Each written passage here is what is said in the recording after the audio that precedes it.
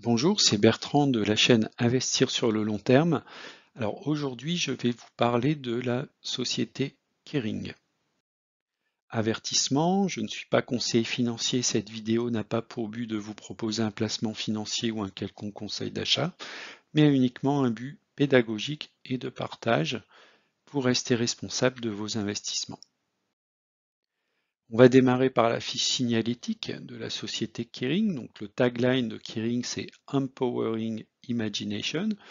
Donc un fort encouragement donc à la création dans le groupe Kering. Donc le groupe, c'est un groupe de luxe qui a une taille mondiale et qui regroupe un ensemble de marques et de maisons emblématiques de la mode, de la maroquinerie, de la joaillerie et de l'horlogerie.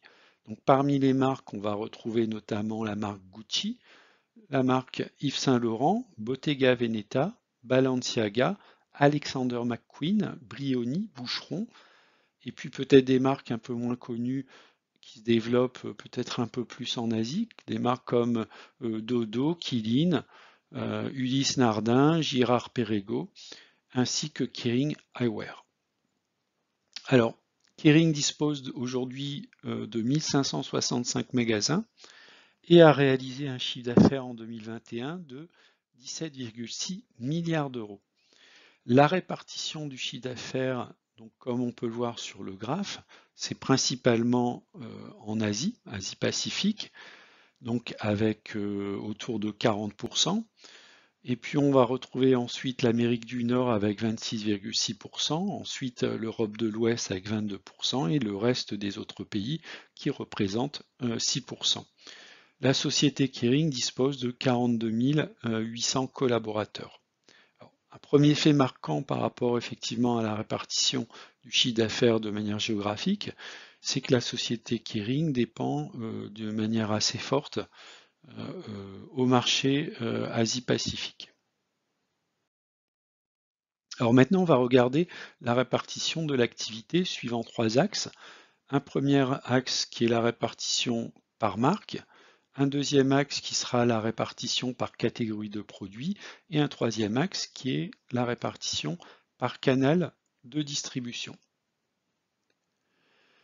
Alors, la répartition donc par maison ou par marque, on voit que Gucci représente quasiment 60% de l'activité de Kering, donc Kering est très dépendant de Gucci. Ensuite vient Yves Saint Laurent, ensuite Bottega Veneta et ensuite les autres maisons de l'ordre de 19%. Maintenant, si on regarde sur l'axe produit, on voit que la maroquinerie représente 50% du chiffre d'affaires, les chaussures 21%, le prêt-à-porter 15%, montres et joaillerie 8% et pour le reste 6%.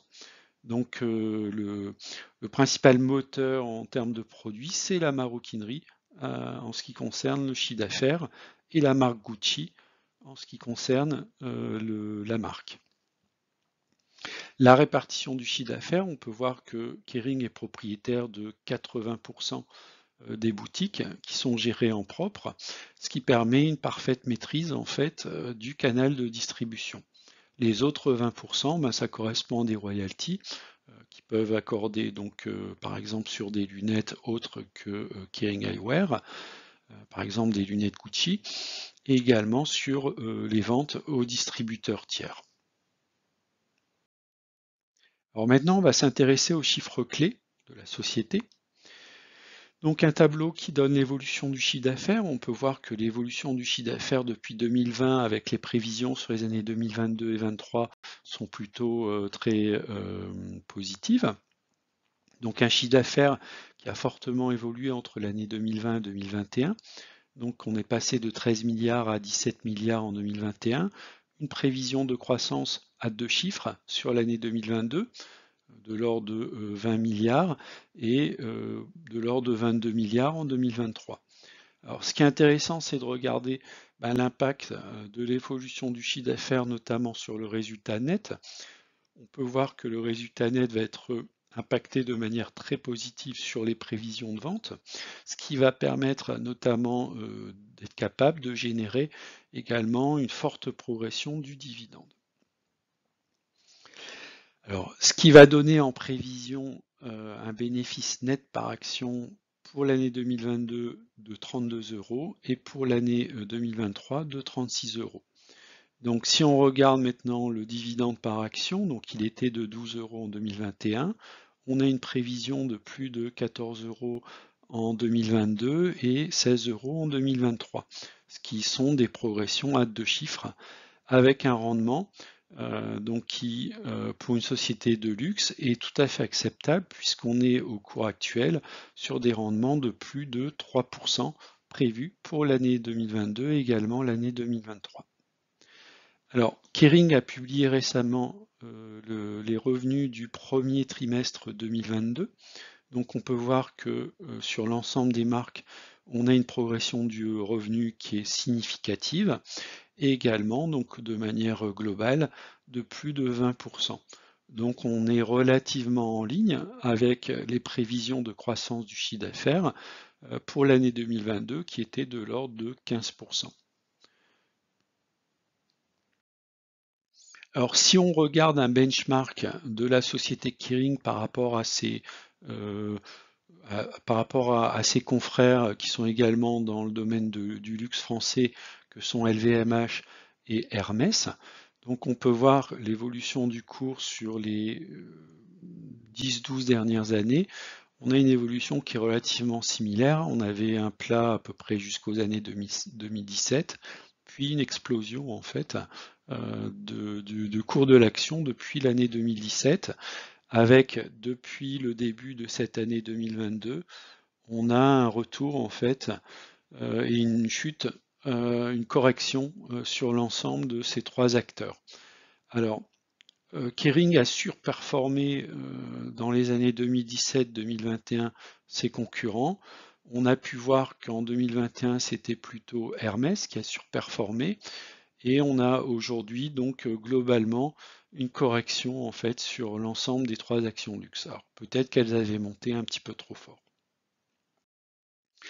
Alors j'ai récupéré l'historique des cours donc annuels de la société Kering depuis l'année 2002. Donc sur le tableau, vous pouvez voir à gauche donc les différentes années de 2002 à 2022. J'ai repris la valeur du cours de la société Kering au 31 décembre de l'année correspondante. Donc vous avez l'évolution du cours, par exemple en 31 décembre 2002, qui était à 65 € pour terminer au 31 décembre 2021 à 706 €. Alors bien sûr, on n'est pas encore au 31 décembre 2022, j'ai tout simplement mis dans la ligne 2022 la colonne valeur, la valeur du cours au moment où je tourne la vidéo qui est de 460 €. Ensuite, ce que j'ai fait, c'est par rapport à donc les années et les valeurs. Donc j'ai fait un calcul de droite de régression que vous pouvez voir sur le graphique. Donc en rouge, c'est la pente, pardon, c'est la droite de régression, et puis en orange jaune, c'est l'évolution du cours Kering en fait sur les 20 dernières années.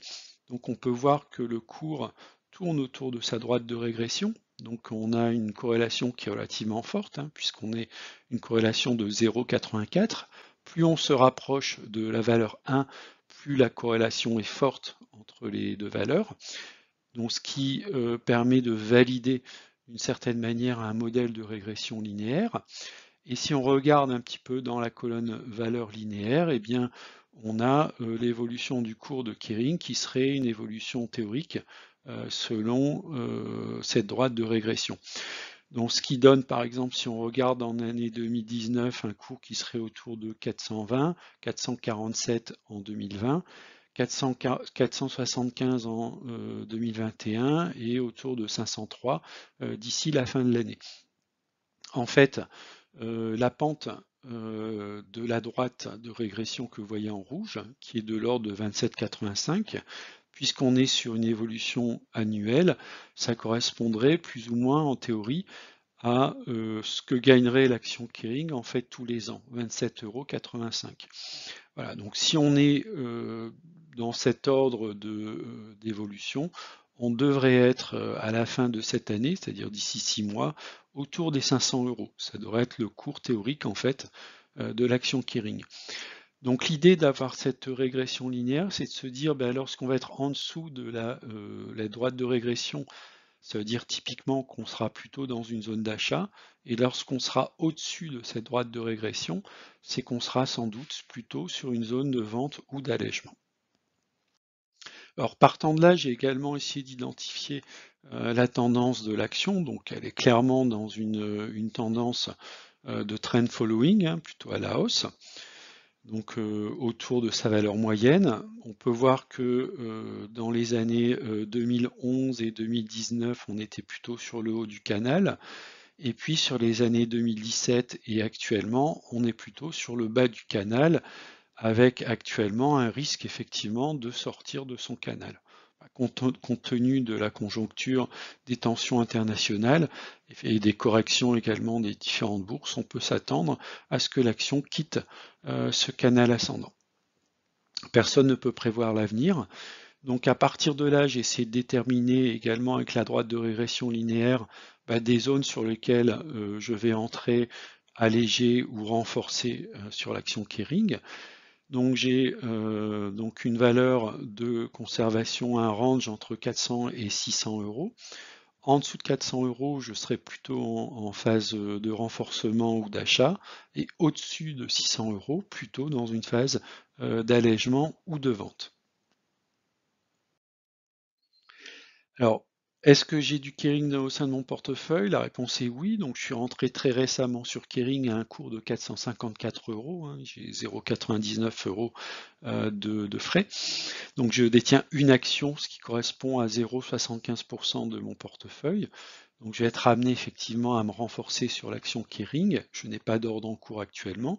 Je vais surveiller l'action, notamment lorsqu'elle va si elle va bien sûr en dessous de mon prix de revient de manière sensible, hein, notamment si elle se dirige vers les 400 euros, j'aurai tendance à renforcer sur l'action Kering. Donc pour l'instant, ça a tout simplement été un point d'entrée euh, qui se trouve légèrement en dessous en fait de la droite de corrélation. Alors est-ce que je vais continuer à investir dans l'action Kering? La réponse est oui. Je pense que le luxe reste toujours un marché porteur. Cependant, il faut être assez, on va dire, il faut faire très attention puisque l'action Kering est quand même très liée à la fois à la maison mère Gucci, donc la maison de luxe Gucci, également liée à l'activité de la région Asie-Pacifique. Donc c'est quand même deux composantes à prendre en compte, notamment par rapport au contexte économique. Alors c'est un cours qui entraîne following, qui est plutôt, on va dire, soit en train de sortir de son trend following ou alors sur le canal, la partie basse de son canal ascendant. Néanmoins, je souhaite continuer à investir et conserver sur le long terme. Je renforcerai sur un repli pour faire baisser le PRU. Voilà, c'est la fin de la vidéo. Je vous remercie de l'avoir regardée. Je vous dis à bientôt. Au revoir.